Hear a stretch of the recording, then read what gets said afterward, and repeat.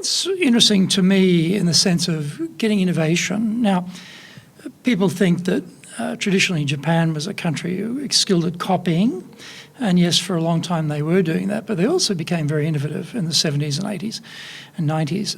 Although today we often hear that companies are hoping for greater innovation from the teams, but they complain that the team members themselves are very reluctant to step out of their comfort zone because they worry about making a mistake. Japan is, in my view anyway, a no-mistake culture.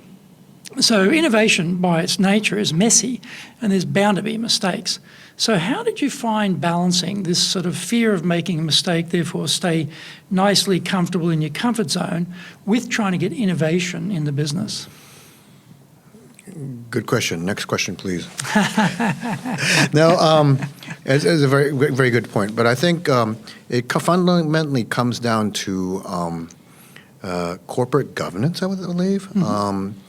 And why do I say corporate government? Maybe it's kind of too macro, but I think it has is a certain element to truth because and corporate governance in the Western societies means that it's shareholder value that need to be increasing, and maybe it's going too much to the end, but there's too little that a lot of people say in Japan. What does that mean? Is you're seeing a lot of issues in corporate, and you see presidents being fired, not fired in an American sense, but being removed because of illicit or non-traditional accounting methodologies. One of the issues is people's relationship with employment in Japan is somewhat different from the West, and where I think in the West you're even in Germany where your job is protected, you need to bring value, and you're promoted once you can establish that you bring value to your particular set of circumstances. Being by values, it could be monetary, it could be technical, that you're actually increasing your output in a certain sense.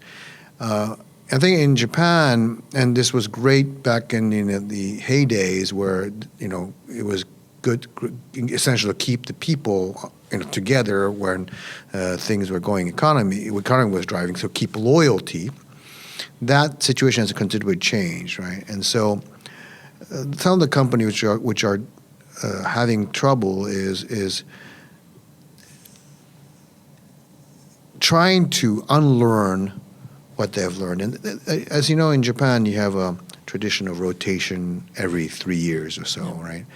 And so you have a lot of specialists of the company, but as well as you don't have new blood. And it's great because when you want to do something new, they send employees to learn these things. And I think in the past you could do that, but now you have to buy the expertise, which means that you got to buy companies or you got to recruit people. As you know, labor mobility is still not very high. I mean, in gaishikes, like foreign caps, that's high, but actually when you look at the pool of people, it's very small. Although with the labor shortage, it's becoming different. However, there's still an issue where you need to pay for that performance, and that hasn't really caught up yet.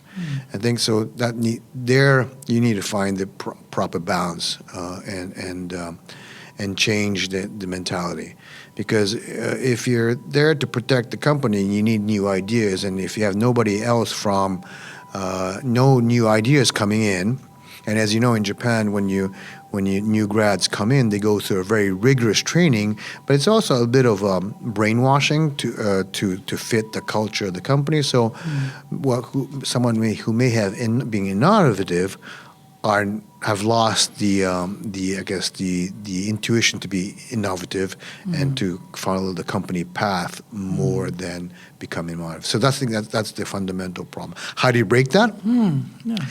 Well. This may sound strange, but I basically told people is you need to understand what your value in the company is. And And by knowing that, it'll make your job easier rather than just asking for your boss for instructions. Because if you know what your value adds and where your value adding to the whole chain of the company, then you should be able to know what you're doing. And so, but I also said that by adding value to yourselves, you're making yourself more valuable, and valuable being to the external market. And so, and this may be a little bit daring, but I told them, if we can't keep you interested once you increase your value to us, and if we can't keep you interested in keeping you aboard, then we have a problem on the management side. I told them that several times, and some people picked up and some people didn't. But I think, when we get people from traditional Japanese company, a lot of people struggle because they listen to their boss. But then they come in and they struggle as well because, in Japan, you struggle with a bad boss, but you can hang in there for 3 years and then your boss will probably change. In Japan, it's not the case. In foreign caps, it's not the case. So we would bring in new people, and they struggle at the first because they do what their boss tells them rather than to develop a network, a matrix, right? And this is where I think what big difference is. Foreign cap companies that work in a matrix, Japan still works in a top-down methodology. So I think teaching people to make their own decisions without being fully instructed to the last T is something which is critical. That means taking risk and taking inputs from two different people who are not necessarily fighting but have a different view, let's say sales and marketing, and make your best decision as to which is the best decision for the company. So in terms of numbers, how many people were at Infineon?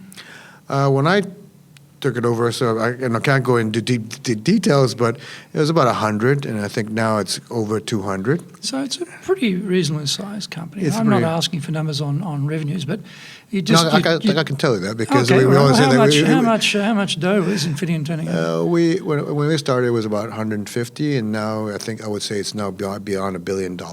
Oh, wow, in Japan. Yeah, and then, there's been a lot of natural growth, but as well as, I would say, put it this way. So you've taken from $150 million to over $1 billion in the 17 years you were there? Well, less than $1 billion, but now it's probably $1 billion. Okay. Yeah. Well, we call that a gimme in golf, so we'll give you the $1 billion. Yeah, okay. But that's phenomenal for growth, isn't it, in that period of time? No. And I think that one good thing is Japan, obviously, of course, the team in Japan helped a lot, but I would say that Infineon was a great company in the sense that they once they recognized the strength of the region, they actually used that and are open to learning from their mistakes, or open to learn from the customers in the regions. And that's another thing is, if you have that in corporate headquarters, and of course you need to educate, I would say, the corporate headquarters as to how things work. Then if that works, then you get more leeway in operating the way you think you need to do in Japan. And that's often a struggle, isn't it, for execs here who are reporting back to headquarters in another country with a completely different culture, different business culture. And trying to explain Japan to headquarters is always a bit difficult. How did you go about explaining Japan to headquarters? Well, I think that's my fortune. I had 17 years to make a lot of mistakes and explain them and apologize several times. So, but you need to have a constant thing. So, I mean, one of the big mistakes would be to send an executive over for 3 years, and because the executives, our expats, are expensive. They can usually only have they have term limits of 3 or 4 years.